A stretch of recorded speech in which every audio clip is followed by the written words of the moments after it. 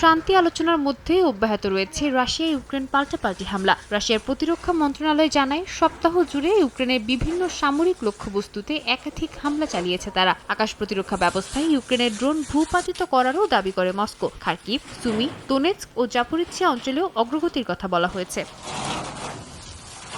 ইউক্রেনের সেনাবাহিনী বলছে, ফ্রন্ট লাইনে ব্যাপক লড়াইয়ের পাশাপাশি বিভিন্ন দিক থেকে আসা রুশ আক্রমণ প্রতিহত করেছে তাদের সেনারা। ক্ষেপণাস্ত্র ও আর্টিলারি ইউনিট, রুশ সেনা অবস্থান, ড্রোন নিয়ন্ত্রণ কেন্দ্র ও কমান্ড পোস্টে আঘাত হেনেছে বলেও দাবি তাদের।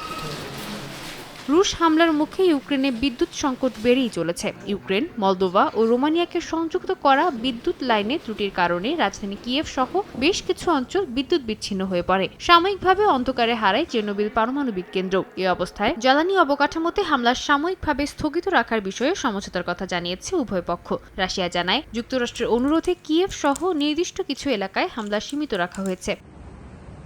এদিকে স্থানীয় সময় শনিবার সম্ভাব্য শান্তি আলোচনার সময় ও কাঠামো নিয়ে যুক্তরাষ্ট্রের সঙ্গে বৈঠক করে রাশিয়া। মার্কিন বিশেষ দূত স্টিভ উইটকফ জানান, বিশেষ দূত কিরিল দিমিত্রিয়েভের সঙ্গে বৈঠকটি ছিল গঠনমূলক ও ফলপ্রসূ। ওয়াশিংটন বলছে, বৈঠকে শান্তিপূর্ণ সমাধানের পথে অগ্রগতির ইঙ্গিত মিলেছে।